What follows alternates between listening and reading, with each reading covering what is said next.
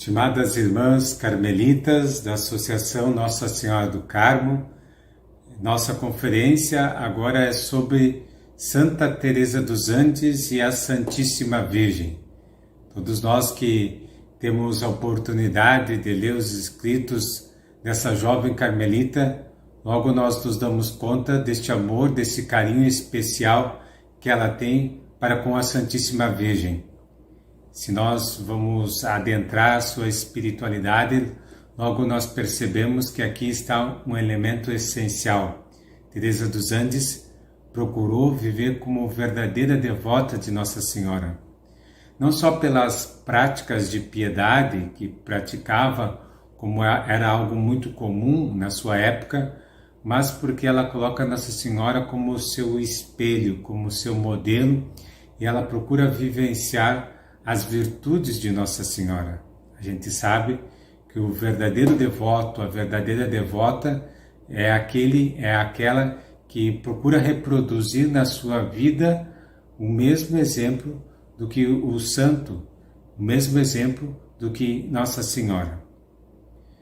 Essa devoção, podemos assim dizer, ela já traz do berço, da sua infância, da sua família, porque era algo muito comum nas famílias cristãs tradicionais daquela época se reunir para rezarem juntos o rosário. E nas suas memórias de infância ela recorda que o seu avô fazia isso, reunia a família para juntos rezarem o rosário. Essa devoção é que também abre as portas para que ela adentre ao mistério de Jesus. Podemos dizer que ela antecede a própria experiência que ela faz de Jesus Cristo.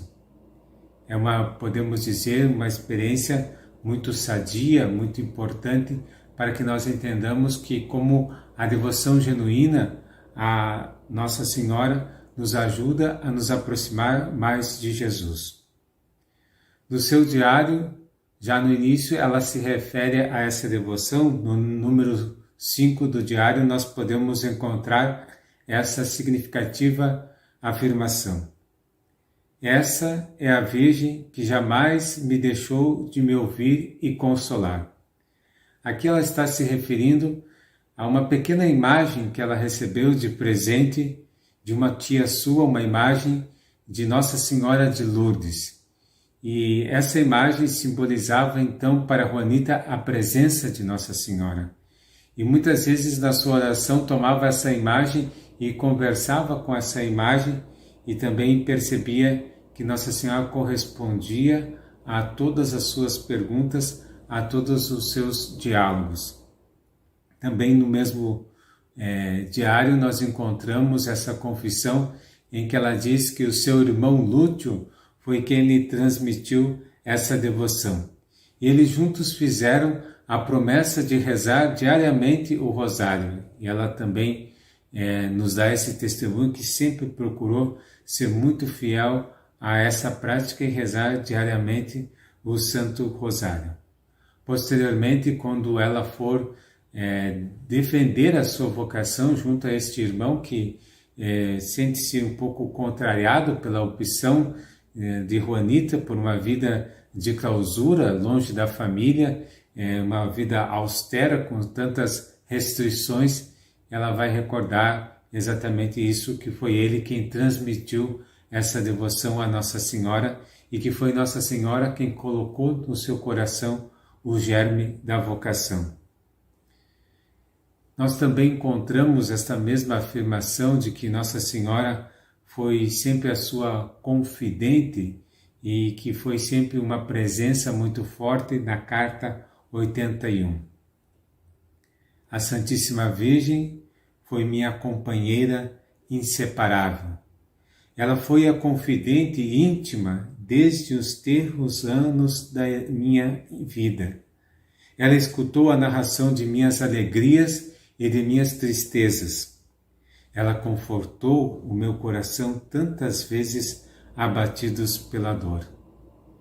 Nossa Senhora, podemos assim dizer, é uma presença constante na vida dessa jovem, na vida de Teresa dos Andes.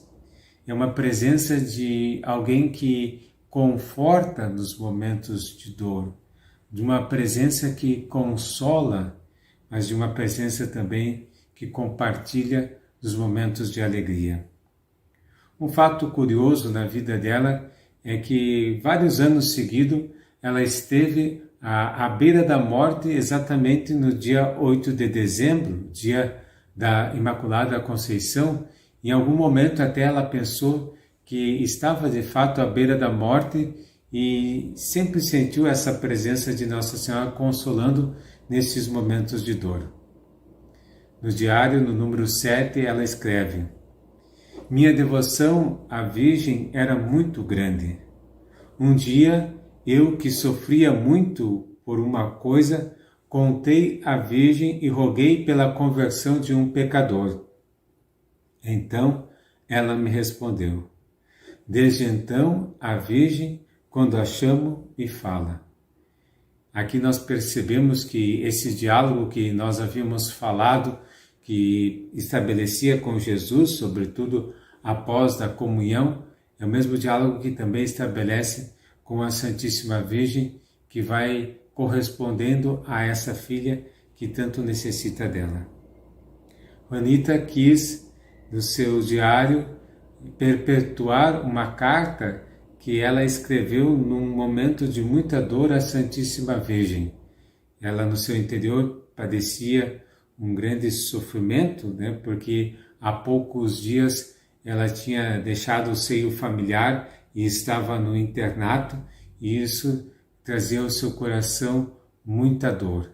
E ela então escreve uma carta para a Santíssima Virgem. Podemos ler essa carta no diário, no número 15, quero aqui apenas recordar um pequeno fragmento. Mãe querida, diz ela, mãe quase idolatrada, escrevo-te para desafogar meu coração despedaçado pela dor. Sofro, porém estou feliz sofrendo. Tirei da cruz meu Jesus, ele descansa. Que maior felicidade para mim! Essa identificação com Nossa Senhora na hora da dor é também uma identificação com Jesus, que também padece, que morre na cruz. E Teresa dos Andes tem um doce pensamento. Esse doce pensamento é pensar que quando ela carrega a cruz, Jesus descansa. Então, ainda que aqui seja um momento difícil de dor, mas ela sabe que Nossa Senhora lhe ajuda a lhe sustentar neste momento de dor e que ela está muito unida a Jesus Cristo. Aos 15 anos, desponta no seu coração o desejo ardente de se consagrar totalmente a Deus. Por esse tempo, ela vai escrever aquilo que nós podemos chamar o seu grande ideal mariano, talvez uma das frases que resume qual é a relação que Teresa dos Andes tem com Nossa Senhora. No seu diário, no número 15, ela escreve: meu espelho há de ser Maria, visto que sou sua filha, devo parecer-me com ela, e assim me parecerei com Jesus. Maria é então o seu grande modelo, e ela sabe que aproximando-se de Nossa Senhora também estará se aproximando de Jesus, e que sendo semelhante à Virgem Maria também se parecerá com Jesus. Na véspera de fazer esse voto, então, de castidade, de se oferecer a Deus e de não ter outro esposo a não ser Cristo, ela se alegra porque esse voto também lhe une a Nossa Senhora. Ela escreve: minha mãe, amanhã serei duplamente tua filha. Vou ser esposa de Jesus. Ele vai pôr em meu dedo o anel nupcial. Ó, sou feliz, pois posso dizer verdadeiramente que o único amor do meu coração foi ele. Como nós percebemos essa espiritualidade mariana vai aproximando essa jovem também de Jesus Cristo. No colégio em que Juanita estuda, ela recebe uma intensa formação mariana e Nossa Senhora é proposta como grande modelo para as jovens. Em suas preces, nunca vai faltar uma invocação pedindo auxílio. Poderíamos aqui trazer muitas das orações formuladas nesse colégio, sobretudo naqueles momentos mais difíceis. No diário 17, nós encontramos esta bonita súplica. Minha mãe, lírio entre espinhos, ensina-me o caminho do Calvário. Guia-me por este caminho pela mão. Essa e outras súplicas vai mostrando como Maria aparece sempre como o grande refúgio nos momentos difíceis e também como grande consoladora. Também nós encontramos no seu diário o que nós podemos dizer uma das mais belas páginas marianas dos seus escritos. Ela visita um santuário dedicado a Nossa Senhora de Lourdes, em Santiago, no Chile, e ali então ela escreve com versos poéticos o que significou para ela essa visita e o que significa para ela a presença da Virgem Maria. Podemos ler no diário, no número 19, dei aqui apenas um pequeno fragmento para nós tomarmos conhecimento, mas vale a pena ler todo o texto. Antes de ontem, fomos a Lourdes. Lourdes, esta única palavra faz vibrar as cordas mais sensíveis do cristão, do católico. Lourdes, quem não se sente comovido ao pronunciá-la, significa um céu nos desterro. Esta poesia, podemos dizer assim, são versos poéticos, vai mostrando esse grande carinho que vai surgindo, sobretudo a partir dessa aparição de Nossa Senhora em Lourdes, e como isso foi contagiando o mundo inteiro, e como Teresa dos Andes é muito sensível a essa devoção. Recordamos que também ela tinha ganhado da sua tia uma pequena imagem de Nossa Senhora de Lourdes e que essa imagem lhe acompanhava sempre. Nossa Senhora também é aquela que lhe ajuda numa missão, a missão que ela tem de rezar pelos pecadores, então pede que Nossa Senhora lhe ajude na sua missão. A ti, ó Maria, que jamais deixastes de escutar-me os rogos que te dirigi, como uma filha pede à sua mãe, também ponho em tuas mãos maternal essas almas. Bonito aqui percebemos esta confiança de quem é realmente filha de Maria. E esse é um título que ela recebeu no colégio no dia 15 de junho de 1917. Ela recebeu a medalha de Filha de Maria.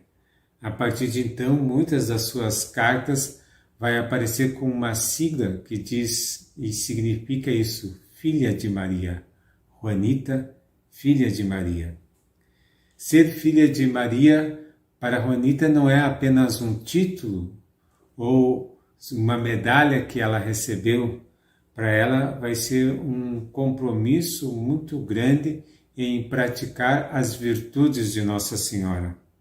Muitas vezes ela faz o seu exame de consciência a partir disso. Tenho me comportado como uma verdadeira filha de Maria?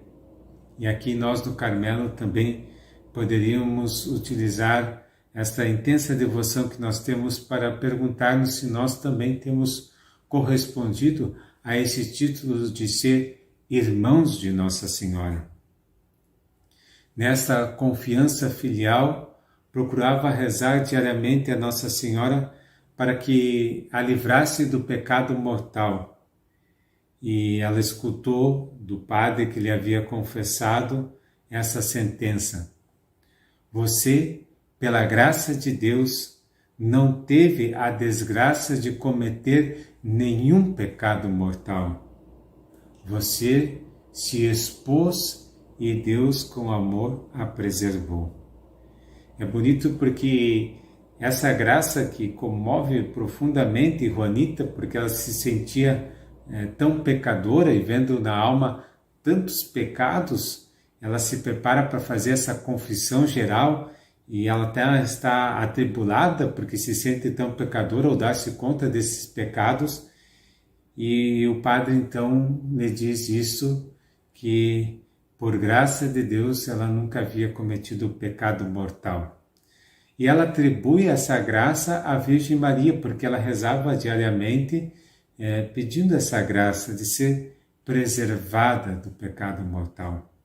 Na verdade, nós temos aqui uma jovem que, podemos assim dizer, preservou aquela pureza batismal. Como disse o padre, ela se expôs e Deus a preservou. Ela se ofereceu e Deus acolheu essa oferenda. Na escola que Juanita estudava, existia uma bela imagem de Nossa Senhora chamada Mater Admirabilis, Mãe Admirável. E Juanita, então, no seu diário nos fala de um momento que está ali contemplando essa imagem, essa bonita imagem. Ela escreve assim: hoje contemplei a Mãe Admirável no templo, nesse silêncio majestoso pelo qual se unia a Deus com toda a sua essência. Uma curiosidade é que algumas das suas colegas até como brincadeira, lhe chamavam de Mãe Admirável, porque Juanita estava muito empenhada em viver esta vida mariana. Quando se coloca diante da questão da vocação, ela precisa fazer um discernimento. Discernimento entre ser religiosa do Sagrado Coração ou de ser carmelita. E quando ela começa a descrever a vida de uma e a vida de outra, quando ela descreve a vida da carmelita, ela diz: a Santíssima Virgem, minha mãe, foi uma perfeita carmelita. Viveu sempre contemplando seu Jesus, sofrendo e amando. Essa afirmação nós podemos encontrá-la no diário no número 47. Muito influencia nessa decisão de ser carmelita o fato de o Carmelo ser todo de Maria. Nós poderíamos fazer uma lista de tantos irmãos nossos santos, que se movem, se sentem impulsionados para o Carmelo a partir dessa característica do Carmelo, que é a presença de Maria. A presença de Maria, ela planifica a ordem. Nós sempre nos entendemos como nosso verdadeiro modelo de vivência da nossa vocação à Santíssima Virgem Maria.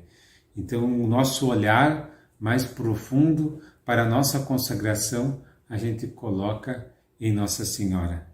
E talvez aqui seria bom, necessário, que a gente retomasse continuamente essa espiritualidade de Nazaré, de Nossa Senhora naquela vida oculta em Nazaré, junto com o seu esposo José e junto com o menino Jesus. Uma vida oculta, silenciosa, quem sabe uma vida de muitas renúncias, porque nós estamos aqui diante de uma família bastante pobre, com escassez de recursos, mas uma família muito rica, porque totalmente entregue à vontade de Deus. Então, como é importante no nosso dia a dia nós resgatarmos essa espiritualidade, a espiritualidade de Nazaré, sobretudo porque isso nos une a Nossa Senhora. Certamente aqui também nós encontramos algo que ajuda no discernimento de Teresa dos Andes pelo Carmelo, por encontrar um respaldo nesta vida mariana. Quando diante dos seus familiares ela vai precisar defender a sua vocação, e quando ela vai ter que buscar as raízes mais profundas da sua vivência religiosa, ela vai se deparar com a devoção mariana. Nós já fizemos um pouco referência a isso, quero aqui voltar a destacar. Na carta que ela escreve ao seu pai, quando vai pedir a permissão para entrar no Carmelo, ela afirma o seguinte: desde criança amei muito a Santíssima Virgem, a quem confiava todos os meus assuntos. E ela me ensinou a amar Nosso Senhor, pôs em minha alma o germe da vocação. Veja que é espetacular que sem um conhecimento de teologia sistemático ela faça essa afirmação, porque de fato é Nossa Senhora que vai apresentando Jesus, ela que vai apontando para Jesus, ela que vai como nos conduzindo ao seu Filho Jesus Cristo. E foi exatamente isso que aconteceu na vida de Juanita. E Juanita também faz essa afirmação, que foi a Santíssima Virgem que pôs o germe da vocação em seu coração. Parece que é essa presença de Maria que vai crescendo na sua vida e que vai também lhe dando esse desejo de querer se consagrar inteiramente a Deus. Na carta ao seu irmão Lúcio, que é uma carta belíssima, em outras conferências nós já nos referimos a essa carta, a qual eu recomendo novamente aqui a leitura, que é a carta 81. Ela escreve o seguinte, também aqui se recordando da importância que Nossa Senhora teve no desenvolvimento da sua vocação. Quem pôs em minha alma a semente da vocação foi a Santíssima Virgem. Esta terna mãe jamais foi invocada em vão pelos seus filhos. Ela amou-me e, não encontrando outro tesouro maior para me dar em prova de sua singular proteção, deu-me o fruto bendito de suas entranhas, seu divino Filho. Que mais poderia me dar? Parece que Nossa Senhora, que amava tanto essa jovem, lhe deu o maior presente, que é dar o seu Filho Jesus Cristo como esposo. Então essa é a percepção de Juanita, e daí vem também a sua eterna gratidão a Nossa Senhora, a quem ela atribui a sua vocação. Como se pode ver, a proximidade com a Virgem Maria é o que introduz no mistério do seu Filho Jesus Cristo. Talvez seja também interessante que quando Teresa dos Andes vai adentrando o mistério de Jesus, essa presença de Maria permanece, mas já é mais uma presença de Jesus no fundo da alma, que vai lhe falando, e ela deseja ser hóstia viva, e ela vivencia plenamente o mistério eucarístico, como essa devoção à Virgem Maria lhe prepara para tudo isso e lhe abre as portas para viver o mistério do seu Filho. Do seu intenso apostolado de cartas, ela vai nos falar sobre essa devoção, sobretudo depois que ela ingressa no Carmelo. Nas suas cartas ela também vai procurar ajudar outras pessoas a terem essa mesma confiança filial em Nossa Senhora. Então ela pode ser também chamada de apóstola mariana, porque ela sempre recomenda essa confiança a Nossa Senhora. Na carta 40, a sua amiga Helena Gonçalves, ela escreve o seguinte: A Santíssima Virgem é o modelo mais perfeito do nosso sexo. Não viveu ela sempre em uma contínua oração, no silêncio, no esquecimento, no que era da terra? Ela propõe a essa sua amiga, e também certamente em muitas das suas conversações com outras amigas, ela deve ter proposto mesmo, que o grande modelo da mulher, o grande modelo é a Virgem Maria. E por que Maria é esse grande modelo? E aí então coloca alguns elementos da vida de Nossa Senhora que deve estar presente na nossa vida. O primeiro é esta contínua oração. Aliás, em outro momento, Teresa dos Andes, ao definir a sua vida, diz exatamente isso. A minha vida é uma oração continuada. E ela encontra esse respaldo na vida da Virgem Maria também, que vivia em contínua oração. E depois também salienta o elemento do silêncio. Nós sabemos que o silêncio ele não é um objetivo em si mesmo, não tem um fim em si mesmo, né? Para estar em silêncio, que nós fazemos silêncio. Nós fazemos silêncio para escutar, para acolher, para contemplar, para penetrar, para ir mais adiante. Então, o silêncio como mediação para adentrar ao mistério de Deus, para captar a Deus que se revela e a Deus que se comunica.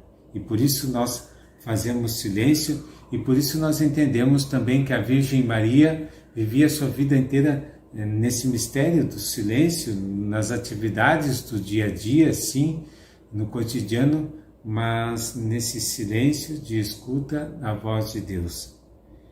E um terceiro elemento que ela destaca aqui é que também Nossa Senhora vivia nesse esquecimento das coisas que era da terra, como um coração verdadeiramente livre, um coração verdadeiramente desapegado, um coração que não tem nada que lhe escravize e por isso pode amar tranquilamente. Quando nós falamos na espiritualidade de desapego, quando nós falamos de desprendimento, de renúncia, na verdade nós estamos falando de liberdade para amar. Não deixar que nada escravize o nosso coração, para que o nosso coração esteja livre para amar plenamente a Deus. E na mesma carta, já citada, a carta 81, ela recomenda a esse seu irmão que agora vai ficar ausente, já não terá mais a presença dessa querida e afetuosa irmã, mas que ele não vai ficar sozinho, que ele pode contar com essa presença de Nossa Senhora e na qual ele pode recorrer e conversar com ela. Escreve Juanita: fala a Santíssima Virgem de coração a coração. Quando te sentes só, olha para ela e verás que sorrindo te diz: tua mãe jamais te deixa só. Tua mãe jamais te deixa só. Aqui para mim ressoa de fundo essas palavras também que nós encontramos em Nossa Senhora em Guadalupe, na aparição de Nossa Senhora em Guadalupe, onde de forma muito terna a Virgem Maria diz: não sou eu a tua mãe? Não estou eu aqui contigo? E o índio Juan Diego então sente no seu coração essa confiança e esse carinho materno. E acredito que o que está sugerindo Juanita aqui é exatamente isso, que a gente cultive essa certeza da presença de Maria.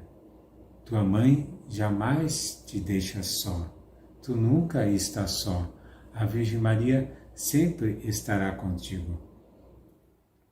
E já no Carmelo, nós sabendo ela dos sofrimentos que o seu pai está passando, nós sabemos que o seu pai tem dificuldade de administrar os bens familiares e vai ao pouco perdendo tudo. Isso é fonte de grande angústia, tanto para a família, como é fonte também de grande angústia para ela. No entanto, o que ela recomenda é que seu pai se una ao mistério do sofrimento e que se una também a Nossa Senhora, que Nossa Senhora entende e compreende esse sofrimento. Carta 150. Quando sofrer, olha sua mãe dolorosa com Jesus morto entre os braços. Compare sua dor, nada há que se assemelhe, é seu único filho, morto, despedaçado pelos pecadores. Para Juanita, Nossa Senhora entende de sofrimento, conhece o sofrimento humano e por isso ela pode nos dar uma palavra, por isso ela pode nos ajudar nesses momentos de sofrimento. Nós poderíamos assim destacar outras afirmações, outros pensamentos, todos eles estão no mesmo sentido de gerar em quem está lendo essas cartas uma confiança muito grande em Nossa Senhora. Nós sabemos que todos os místicos santos do Carmelo tiveram um carinho muito grande por Nossa Senhora. Infelizmente, eles não escreveram muitas páginas marianas, podemos assim dizer.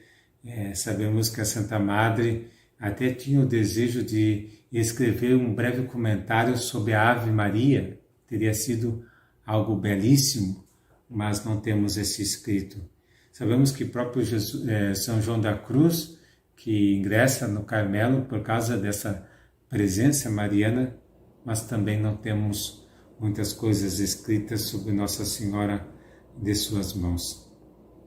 Ao meu modo de ver, Santa Teresa dos Andes, ela vem ao encontro a essa necessidade, a esta falha, esta ausência, podemos assim dizer melhor, do algum escrito mariano. Ela comenta e fala muitas vezes de Nossa Senhora, faz muitas afirmações marianas, e isso nos ajuda a enriquecer a espiritualidade mariana do Carmelo. Então, ela tem uma contribuição nesse sentido.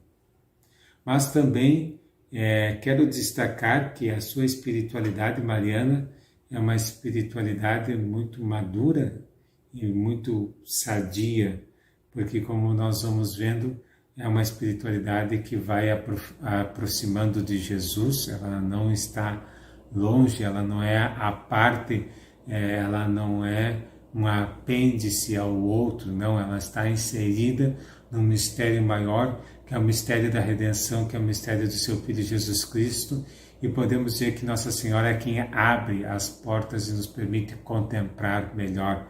Então, ela vai nos introduzindo a Jesus Cristo.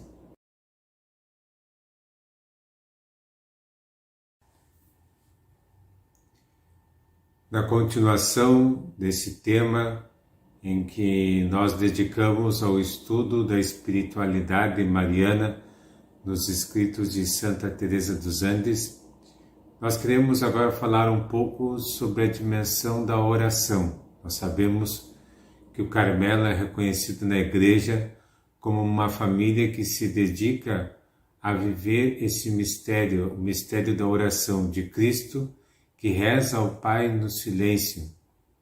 Com certeza, a oração é um dos elementos fundamentais da espiritualidade de Teresa dos Andes, como é também um elemento fundamental na espiritualidade de todos os santos da nossa família carmelitana. Talvez o que destaque ou peculiar da oração dessa jovem é que a oração está muito ligada com a sua vida. Ela define assim: minha vida é uma oração continuada. Toda a sua vida é vivenciada nessa presença de Deus. Se fôssemos estudar um pouco a fundo e, quem sabe, analisar a sua vivência oracional, poderíamos destacar alguns tópicos. Primeiro, Juanita tem uma experiência orante muito precoce. Nós podemos encontrar nos seus escritos alguns fundamentos desta afirmação em que nos diz que ela vai vivenciando o mistério da oração já muito cedo. Outro aspecto importante é que na escola onde ela é formada, ela é instruída para vivenciar, sobretudo, a meditação. Lembramos aqui que um dos seus confessores, diretores espirituais, foi um jesuíta e que lhe ajudou a crescer nessa dimensão da meditação, nos mistérios da vida de Jesus. Mas nós temos, acima disso, uma jovem que está aberta à contemplação. A importância aqui desse contato com a natureza, desse contato com a criação, desse intuir a voz interior de Deus no mais íntimo dela. Também é importante nós destacarmos, ao analisar a sua vivência oracional, é que muito cedo começa na sua vida o que nós chamamos de locuções interiores, essa graça mística que a própria Santa Madre nos narra, chamadas de falas do Senhor, acontece já na vida dessa jovem. Logo após a sua primeira comunhão, ela nos diz que escuta Jesus falando-lhe no mais íntimo do seu coração. Também é importante perceber que muito contribuiu para o aprofundamento da sua vida oracional o contato com os místicos do Carmelo. Ela vai já muito cedo tendo contato com a irmã Teresinha do Meu Jesus, Santa Teresinha, com a irmã Isabete da Trindade, Santa Isabete da Trindade, e também com os escritos da nossa Santa Madre e posteriormente também do nosso Santo Padre João da Cruz. Isso vai lhe formando e vai lhe dando também o espírito carmelita.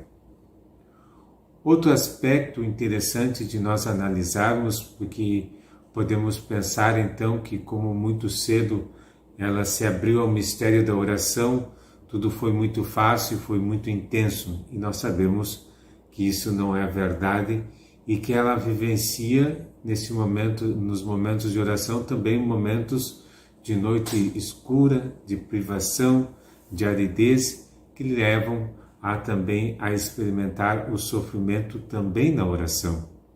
Ela mesmo depois vai dizer e vai instruir as suas amigas de que nós não devemos buscar os consolos na oração, mas que a gente deve buscar, sim, ao próprio Deus.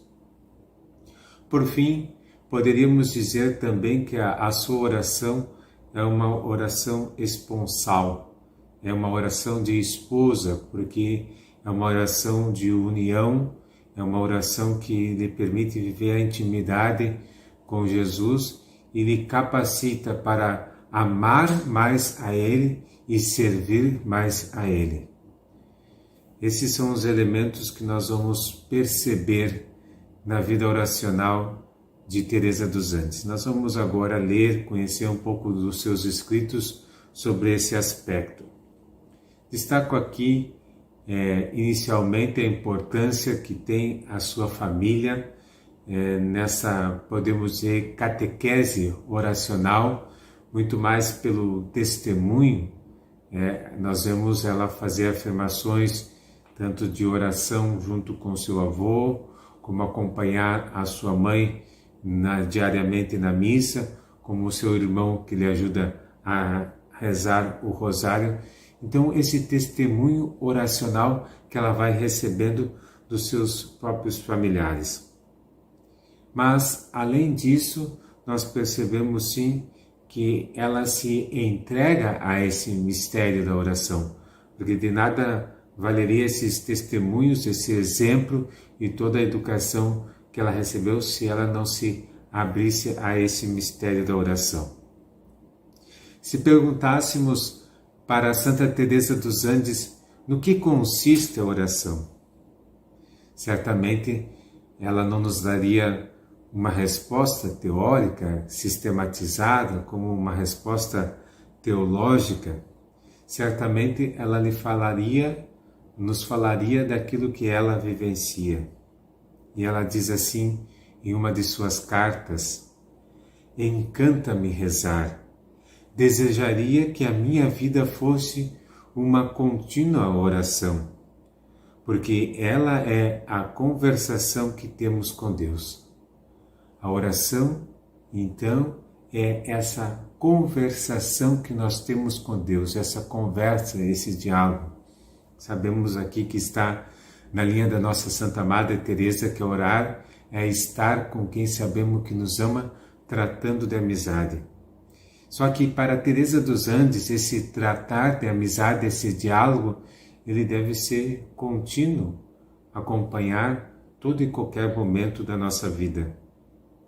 Por isso, já em uma outra carta, a Madre Angélica, onde ela vai abrindo o seu coração, né, se preparando já para entrar no Carmelo, ela vai dizer: minha vida, posso dizer, é uma oração continuada, pois tudo o faço por amor de Jesus. É a carta 52. E já introduz aqui um outro elemento que deve estar presente na vida de oração, que é o amor.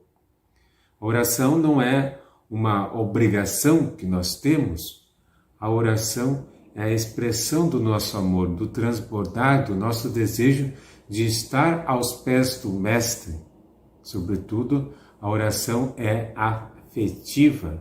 Claro, também efetiva, ganha de forma concreta horários, formas, lugares, mas é afetiva porque é a expressão do amor. E uma outra carta com uma afirmação muito semelhante a essa, ao padre Artêmio, que era um padre jesuíta que ele acompanhou também no tempo da escola, ela escreve: minha oração consiste quase sempre em uma íntima conversação com Nosso Senhor. Imagino que estou como Madalena aos seus pés, escutando-o. Ele me diz o que devo fazer para ser-lhe mais agradável. É a carta 56. A oração não é só este momento em que ela abre o seu coração, mas é também o momento que ela se deixa instruir por essa voz interior, em que vai discernindo a vontade de Deus, o que Deus quer dela, o que Deus quer para a sua vida. E aqui retoma essa imagem tão teresiana de Madalena, que está aos pés do Mestre, que escuta o Mestre, aquela discípula que havia se convertido e havia se voltado de todo para Deus. Por isso, a nossa Santa Teresa dos Andes, para ela, a oração é esta comunhão intensa com Jesus. Ela escreve: vivo com Ele. Apesar de estar nos passeios, ambos conversamos sem que ninguém nos surpreenda nem possa interromper-nos. Se tu conhecesses bastante, amá-lo-ias. Se estivesse com ele 1 hora em oração, poderias saber que é o céu na terra. Como ela nos diz que a oração é essa conversa, pois essa conversa pode acontecer em todo e qualquer momento. Para Teresa dos Andes, não é possível que a gente justifique a nossa ausência de oração por não termos tempo, porque todo tempo e todo lugar é um lugar em que a gente pode estar em comunhão e até em meio às pessoas.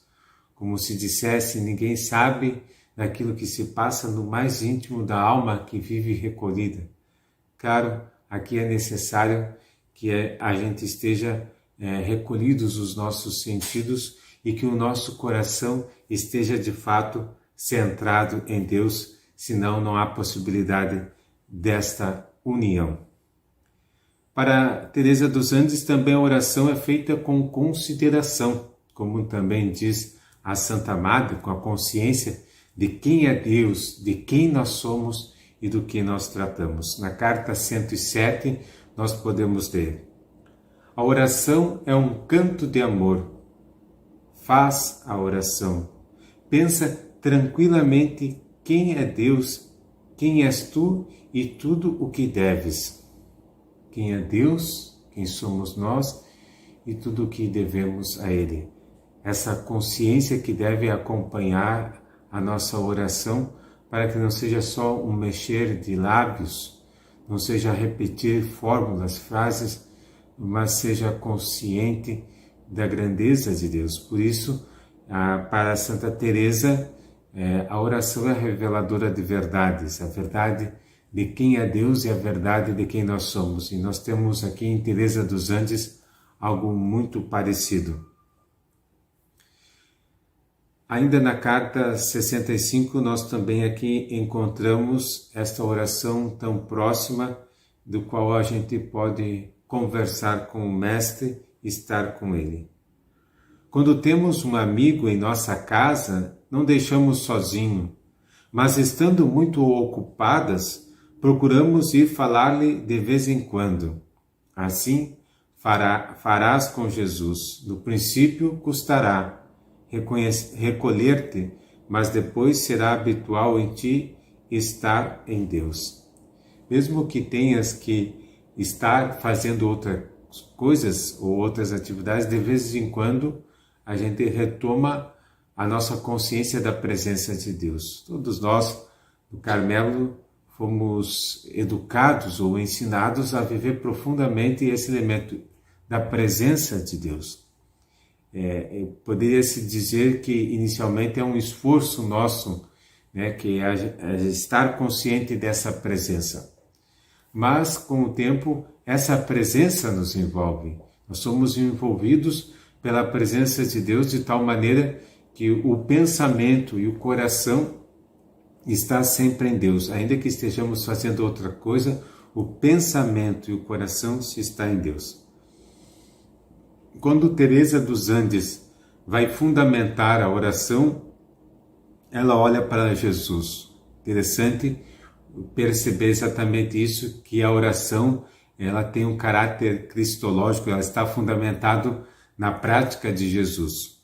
E Teresa dos Andes recorda que Jesus viveu 30 anos da sua vida num recolhimento oculto na vida em Nazaré, uma pequena aldeia, esquecido de todos, mas ali em oração, em comunhão com o Pai. E apenas 3 anos pregou e evangelizou. Com isso, ela quer nos dizer que há um acento na vida de Jesus muito grande sobre a dimensão orante de comunhão, de recolhimento, de vida íntima com o Pai, e que nós, cristãos, devemos também buscá-la intensamente, estar em comunhão com o Pai.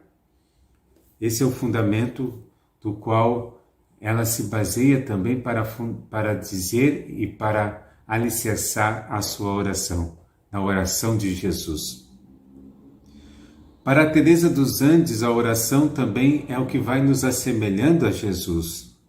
A oração tem esse caráter de união, nos torna semelhante com Jesus, dirá ela. Na oração é onde a alma aprende a conhecer Jesus e, portanto, a amá-lo.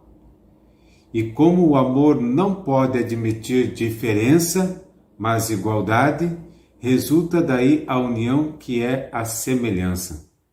Estar com o Mestre vai nos transformando, vai mudando a nossa vida. Claro, não muda de forma instantânea como nós gostaríamos que fosse, mas esse estar com Ele, esse conviver com Ele, vai também penetrando na nossa vida e aos poucos o nosso coração vai se moldando. Por fim, poderíamos aqui recordar o que antes já acenei a respeito da oração, que Teresa dos Anjos também teve momentos difíceis na sua vida de oração. Às vezes nós temos essa ideia que os santos são como que os queridinhos de Deus e que por isso para eles foi tudo tão fácil e bastou então que eles tivessem o mínimo porque o resto Deus os fez, e não é assim. Também na vida dessa jovem, ainda que uma vida bastante curta, mas muito intensa espiritualmente, não lhe faltou momentos de aridez espiritual. Escreve na carta 65. Como somos tão miseráveis, apegamo-nos ao fervor sensível, a sentir o amor de Deus sensivelmente, e vamos muitas vezes à oração buscar as consolações de Deus, mas não a Deus.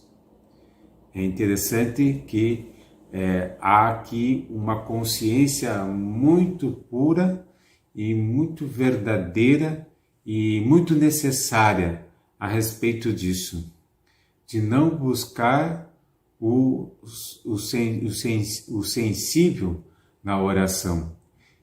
Todos nós sabemos da doutrina do nosso Santo Padre João da Cruz, como a noite escura tem esse caráter purificador, sobretudo primeiro dos sentidos e depois também a noite do espírito. Todas elas têm o mesmo objetivo, que é a purificação para nos tornar verdadeiramente livres. Às vezes nós não nos percebemos, mas buscar consolos é estar preso, é estar apegado, é de alguma forma ser escravo de algo, de um sentimento, de uma sensação. E o caminho que os místicos querem nos conduzir é um caminho para a liberdade, liberdade plena, e essa liberdade para poder amar a Deus com generosidade. Com isso, nós concluímos esse nosso módulo e queremos aqui também agradecer a participação, a presença e o estudo que está sendo realizado nas comunidades. Que Santa Teresa dos Andes nos ajude a cada vez mais vivenciarmos a nossa vocação de carmelitas descalço e que nos ajude a adentrar esse mistério da oração que é tão própria do Carmelo. Que a Virgem Maria interceda por cada um de nós, por cada comunidade, pela nossa vida, pela nossa vocação. Que desça e permaneça sobre nós a bênção de Deus, Pai, Filho e Espírito Santo. Amém.